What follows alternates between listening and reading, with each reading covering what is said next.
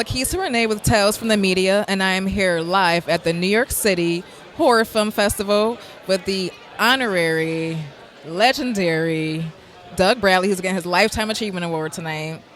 How does it feel to be honored by New York City Film Festival? Well, you know, these things are extraordinary. You don't expect them. You don't look for them. It's very gratifying, obviously. It's very humbling that people, you know, bother to pay attention to what I do at all, let alone to value it enough, you know, to want to do this. And I've been a regular visitor to New York for 30 years. I call it my spiritual home that has never been my home. And I love the place, and it's very close to me. So it's a special honor from that point of view to be honored by the New York Festival. I know it's a beast of a thing. Yes. I've got to get that on a plane and get it home somehow. Yes, that's an amazing trophy. Yeah. All right, so you're known for all your horror roles. You've starred in so many films, but everybody loves Pinhead from Hellraiser. Can you tell us a little bit about the backstory? How did you get involved with the film, and how did you meet Clive as well? I've said, Clive and I were at the same high school in Liverpool, where we were both born and raised, Liverpool in England. And I got was cast to be in the school play. We're probably talking, I think, 1969. So I'm about 14. Clive's a couple of years older than me. So I walk into rehearsals and I'm introduced to my fellow cast members, and Clive is among them. And that's the moment that changed my life. So, and Clive was already at high school, writing, directing, starring in his own plays and putting them on in the school, and I got drawn in. So for such a sadistic character, Pinhead, how do you get into character? Where do you go deep down inside to pull that evilness out? Because you're such a nice, humble person in person. How do you get him out? I have no idea. I really have no idea. With something like Pinhead, obviously a lot of the obvious questions that you might ask yourself as an actor don't apply, because this is a character that doesn't exist. So, you know, questions like, what car do I drive? Does he like sports? And if he does, is it baseball or basketball? Or, you know, what do I eat for breakfast? You know, all of those questions just don't apply. And as far as I knew, there was nowhere I could go to study Cenobites at work. So everything is here. I had access to Clive, who had, you know, literally dreamt up the character, so I could talk to him and get the kind of insights from him that I'm not going to get anywhere else. Imaginative insights into the character. Thereafter, it's reading the screenplay and reading the screenplay and reading the screenplay, and then, without question, the makeup and the costume helps. And certainly, the first time I had the full makeup on, we screen tested it.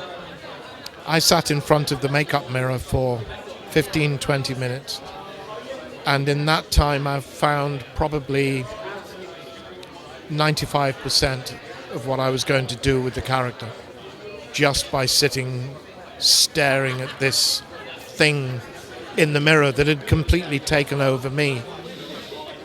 So it's a combination of all those things. But then you know, you stand on your marks, and somebody says action, and you start talking. And if it works, it works, and if it doesn't, it doesn't. And you know, I seem to have done something right. Well, clearly it worked, because I heard. Now, let me know if this is true. That your character was kind of like a supporting role, and that the fans loved you so much that they made you the starring character of the film. Is that true? Kind of, yes. Certainly, it's true to say that Clive's focus was really on Julia in Hellraiser. that he was creating the first female monster in horror films. When I say I was a supporting character, it's because, as you saw me say in that extraordinary film compilation that Alan put together, that it was my first movie. I'm on screen for less than 10 minutes, and I was paid union minimum rates to do it. If I'd been paid any less, I would have been officially an extra, I think.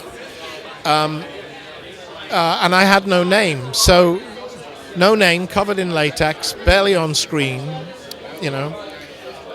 But in hindsight, it seems impossible to me that Clive didn't imagine that when the fans saw these creatures on that screen, they would not be saying, yeah, we love everything else about this movie, this is great, but these guys, what the fuck? Can we have more of them, please? But it did, and then I ended up on the poster, which made a difference. That image, from that moment, that image became indivisible from the movie. Last couple questions. What do you think it is about your career and legacy that has had an impact on people? How do you think it's affected other people and inspired them?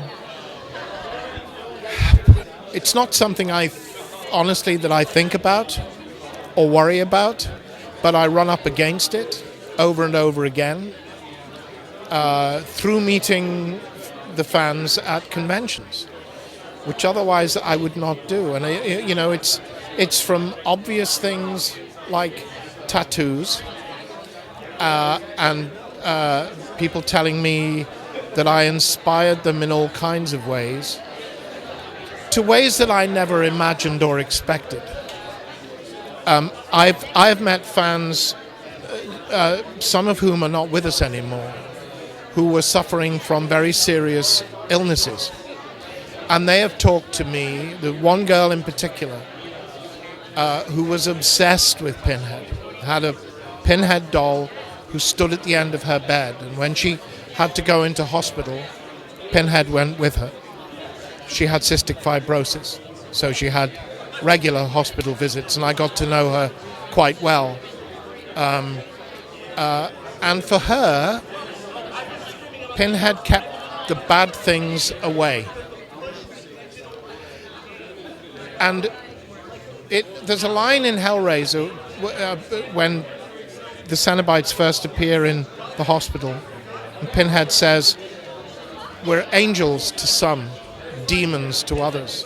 And it strikes me often, because I write that line a lot, when I'm signing for fans. So it's in my head a lot that we've taken the demon side for granted, and we played to the demon side in the movies.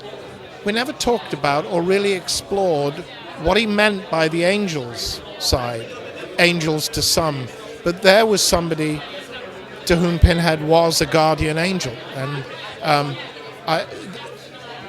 those are reactions that I would never have expected to come across, and it's very powerful. Well, thank you so much for taking the time out to speak to me. I'm a huge fan of yours. As you can see, I'm very inspired. Hellraiser today. Yes. I feel distinctly underdressed. Thank you once again. You're very welcome. Have a wonderful night. Welcome.